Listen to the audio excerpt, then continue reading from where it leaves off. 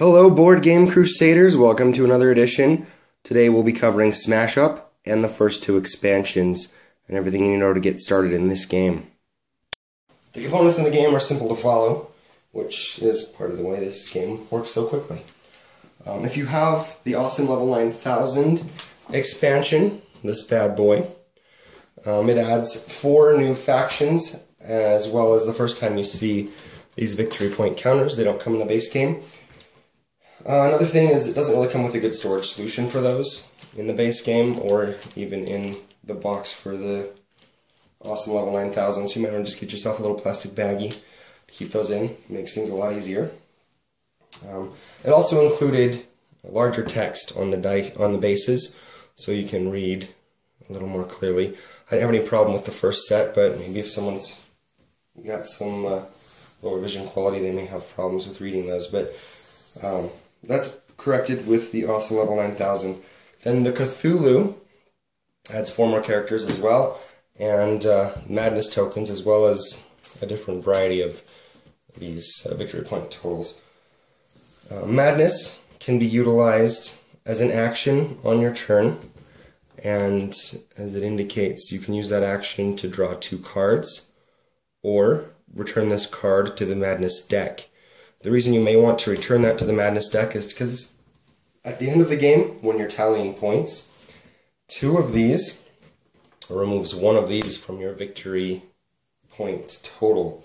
So they could be good or bad to receive depending on how you use them. Some bases force them on you. Some of the decks in the Cthulhu set will force those on opponents or give you something if you draw them. So just play those as needed. The bases have several things you need to be aware of. Each base comes with kind of 2 flavors for each faction. This right here indicates how many minion total points have to be on the base for this base to score. It's got the name of the base, it's got the positions of the point values, so first, second, and third place, and then it's got an action that you can utilize, and you just follow the instructions on it. They're very clear and very straightforward. Next we have the minion cards. That is the point total, which is considered when you're tallying towards this and determining who gets first, second, or third on the base. And it also specifies whether it's a minion or an action right here, and then it has the text there that you read and follow instructions when needed. The action cards, really same thing. It's got the action and then the flavor text or the ability that it uses. On the corner of every card has a symbol so you can easily separate your factions and then see them at a glance when they were in the box. Another thing you're going to want to reference is the back of the rules. It has a quick cheat sheet. You probably don't need it for a game this simple, but it's there for you. Keep it handy for reference if you need throughout the game. First thing you want to do is determine order of play. You can do this however you want. The rules say that the first person that woke up that morning gets to go first. So, after you determine first player, you select which factions you're going to use. If you can all just agree and say, hey, I want to be the zombie pirates, or I want to be the wizard ninjas, whatever, go ahead, more power to you. Otherwise, the rules say that you can either randomly choose cards. If you don't know the order these are in, you can just go like that. And each player takes turns choosing one. Or you can know full well which faction you're choosing by looking at the corners. And each player takes turns choosing strategically one of the factions they want. And then going around and doing that again until each player has their 2 factions determined. Once you have your 2 factions, you pull the 2 cards, sets, you shuffle those together to make your 40 card deck. You set up the rest of the game by placing the tokens that come from the awesome level 9000 expansion, the madness cards that come from the Cthulhu expansion, and the base cards, which are the blue back cards, in the central location, and you draw 1 base card for each player. The game holds 2 to 4 players, I'd imagine with the expansions you could add more.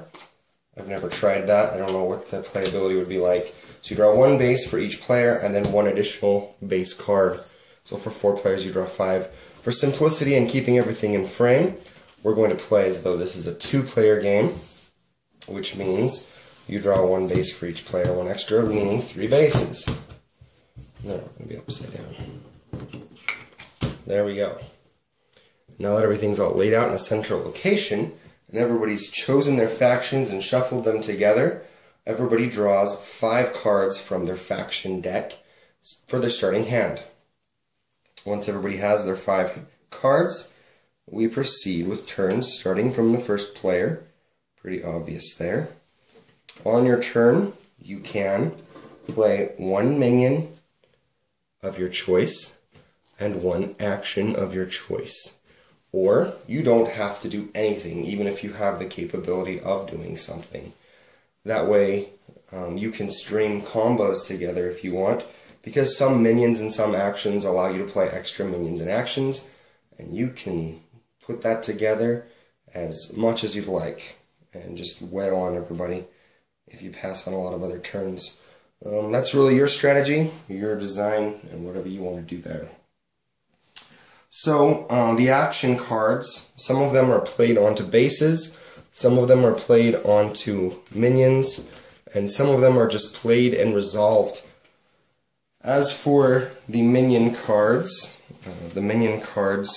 typically will go next to the base that you want to try to control or occupy.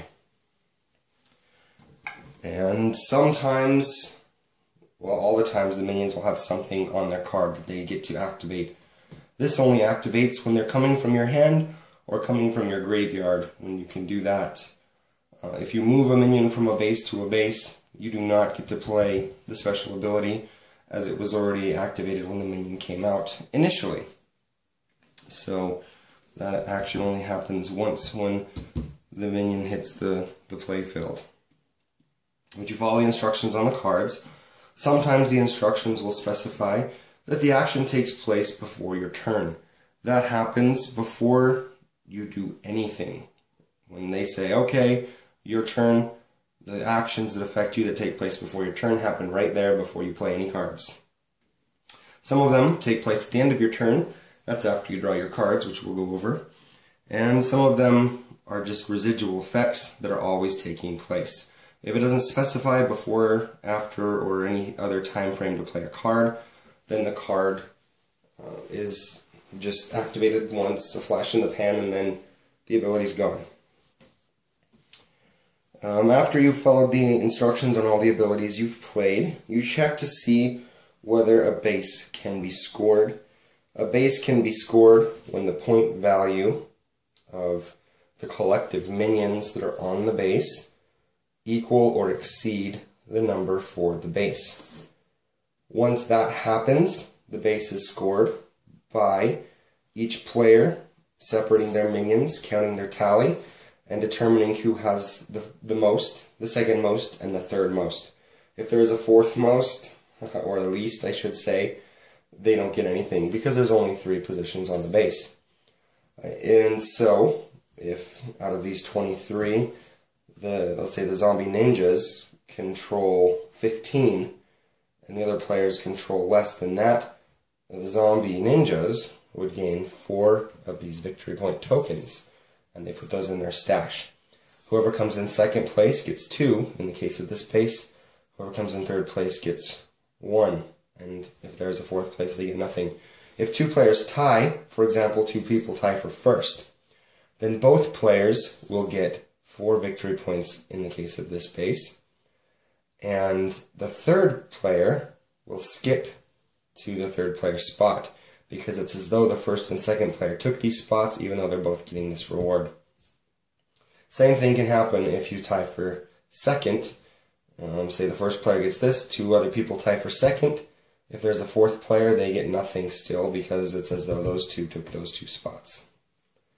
So once you have scored your base, and if multiple bases are scoring at once, whoever turn it is decides which order those bases score in, just FYI. But once you've scored the bases, you draw 2 more cards to replenish your hand from the 2 that you may have used. And if you end up drawing your 11th and 12th card, you have to downsize your hand to 10 cards. You have to discard to 10. 10 is the maximum you can hold in this game. The game ends when somebody has achieved 15 of these victory points. The moment that happens, the game is over. If 2 people are tied for 15 or more, then you play 1 more round, and hopefully that breaks the tie. And you continue playing 1 more round until a tie is broken. There are certain cards in the game. For instance, where is that? This guy, and others like him, that you get to play before a base scores. Any of these cards that play before a base scores, just like they sound, get a play before the base scores, and whoever turn it is gets to play their cards that play before the base scores first, and then it goes around the table in turn order. Everybody gets to play those cards in that sequence. Another thing that needs to be said is when a base scores, everything that was on the base goes to your discard pile. The base also goes to a discard pile and is replaced by a new, fresh base. And play continues until the 15 points. Very simple, very straightforward, pretty fun game.